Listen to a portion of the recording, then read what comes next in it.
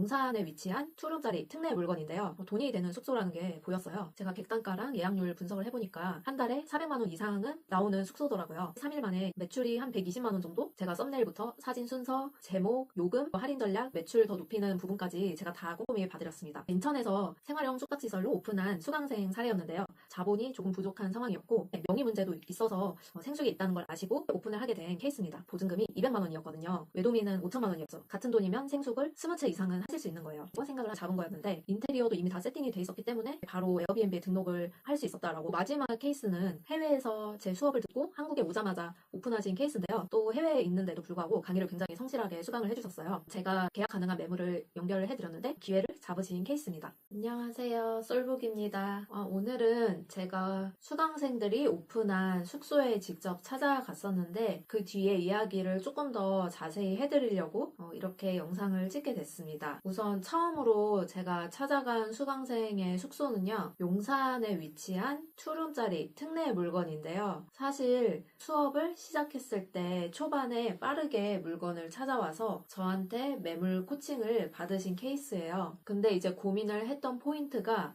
지하철에서 굉장히 멀었고 그리고 수리해야 될 곳이 많았어요. 도배부터 장판, 욕실, 그리고 싱크대까지 공사가 전부 다 필요한 상황이었고 그리고 마지막으로 3층인데 계단이 없었습니다. 그래서 수강생분이 이 물건을 해야 될까요 말아야 될까요 이렇게 고민을 하고 저한테 매물 코칭까지 신청을 해주셨거든요. 근데 저는 무조건 하셔라, 해도 된다 이렇게 말씀을 드리고 추천을 드렸던 게 돈이 되는 숙소라는 게 보였어요. 사실 이 해당 건물 다른 층에 에어비앤비를 이미 하고 있는데 제가 객단가랑 예약률 분석을 해보니까 한 달에 400만 원 이상은 나오는 숙소더라고요. 대신에 계약을 하기 전에 이제 임대인분과 잘 협의를 해서 렌트프리를 받아내시고 또 공사도 좀 임대인께서 해주실 수 있냐 하고 먼저 제안을 드리라고 말씀을 드렸거든요. 근데 사실 이거 말씀드리기가 쉽지 않을 텐데 계약을 쓰고 나서 협상을 하려고 하면은 임대인분이 안 해주세요. 그렇기 때문에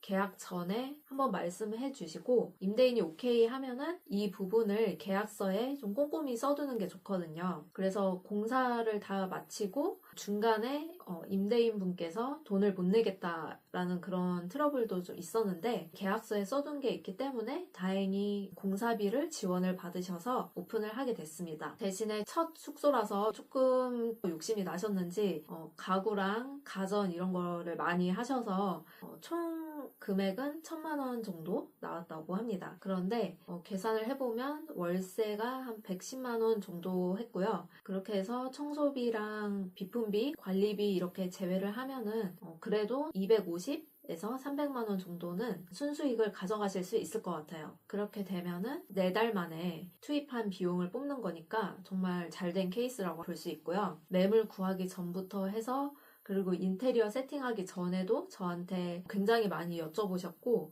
그리고 숙소를 제가 방문 이후에 에어비앤비에 등록을 해서 오픈을 하셨는데 그때도 저에게 오픈 숙소 코칭을 요청을 해주셔서 제가 썸네일부터 사진 순서, 제목, 요금, 할인 전략, 그리고 매출 더 높이는 부분까지 제가 다 꼼꼼히 봐드렸습니다. 그래서 소통을 굉장히 자주 했고요. 이렇게 좀 적극적으로 나섰기 때문에 이렇게 오픈을 하실 수 있는 게 아닌가 생각이 듭니다. 보니까 에어비앤비에 등록한 지 3일 만에 예약이 많이 들어와서 매출이 한 120만 원 정도 나왔더라고요. 한 달만 지나면은 이제 풀 부킹이 예상이 돼서 여기는 좀 제가 걱정 없이 운영이 잘 될 것 같다라는 생각이 듭니다. 그리고 두 번째는 이제 인천에서 생활형 숙박시설로 오픈한 수강생 사례였는데요. 이 수강생은 이미 외도민으로 숙소를 운영을 하고 계셨어요. 그래서 숙소를 운영해보니까 이게 돈이 되네? 좋네? 라고 에어비앤비가 부업으로 좋다라는 걸 알게 되셨는데 문제는 그 외도민의 자본금이 5천만 원이 들어간 거예요. 그래서 더 운영을 하고 싶지만 자본이 조금 부족한 상황이었고 또 외도민은 하실 때 전입신고를 하셔야 되거든요. 그래서 전입신고 때문에 명의 문제도 있어서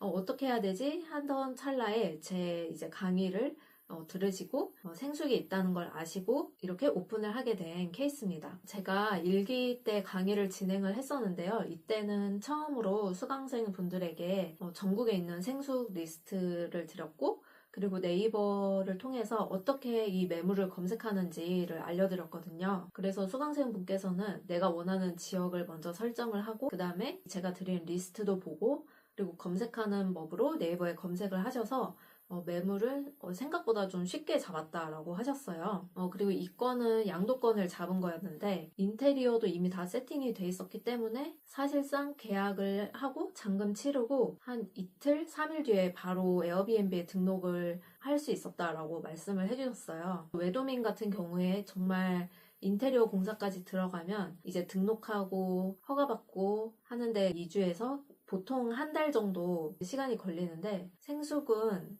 법인의 영업신고증만 받아서 바로 등록을 하면 되니까 이렇게 쉬워도 되나 싶었다고 하시더라고요. 그래서 좀 비교적으로 빠르게 오픈을 했고 적은 자본으로도 오픈을 하실 수 있다는 거를 알아서 이제 명의 제한이 없는 이 생숙 물건을 한 채에서 끝내는 게 아니라 한 3채, 5채 이렇게 늘려가고 싶다라고 말씀을 해주셨어요. 근데 이렇게 새로 계약하신 생숙 보증금이 200만 원이었거든요. 외도민은 5천만 원이었죠.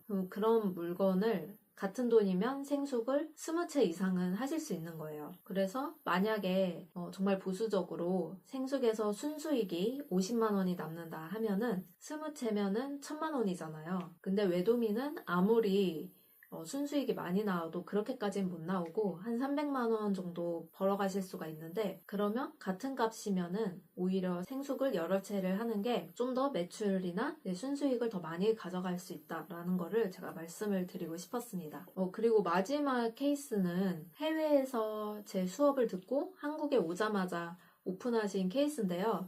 이 수업을 시작하기 전에 저에게 해주셨던 말이 굉장히 기억에 남는데 제가 한번 읽어드릴게요. 제 강의가 인생의 격변을 몰고 올 것 같습니다. 한국으로 다시 돌아가서 가족과 함께 살 수 있는 최종의 기회 같아서요. 그리고 은퇴와 함께 한국으로 돌아가려던 저의 반쪽에게도 희망이 생겼습니다. 라고 말씀을 해주셔서 제가 굉장히 책임감을 느끼고 강의를 했고, 또 해외에 있는데도 불구하고 강의를 굉장히 성실하게 수강을 해주셨어요. 그래서 한국에 와서 제가 수강생분들께 계약 가능한 매물을 연결을 해드렸는데 마침 이 수강생분께서 좀 적극적으로 나서서 기회를 잡으신 케이스입니다. 그래서 아무래도 해외에서 살다 보니까 좀 인테리어를 꾸미는 감각이 있으셨더라고요. 그래서 직접 가봤는데 한 90 정도 인테리어를 완료한 상태였고, 여기에 비슷한 경쟁 숙소가 많기 때문에 좀 더 인테리어에 차별화를 두고 싶다 해서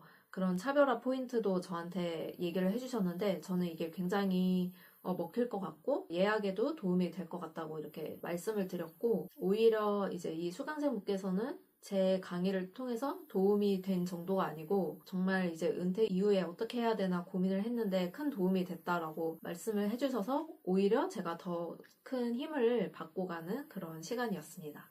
네, 사실 오픈한 숙소가 많지만은 직접 찾아간 사례 3가지를 오늘 소개해 드렸는데요. 사실 이분들이 뭔가 더 뛰어나거나 잘나서 숙소를 오픈한 게 아니고 그저 꾸준하게 좀 기회를 찾으려고 했고, 부동산 한 곳이라도 더 연락을 해서 이렇게 잡으신 거라고 생각을 하고, 이거를 보시는 분들도 꾸준히 노력을 하시고 또 임장도 다니시고 부동산에 한번 방문해 보시고 하시면 꼭 기회를 잡으실 수 있을 거라고 생각을 합니다. 네, 감사합니다.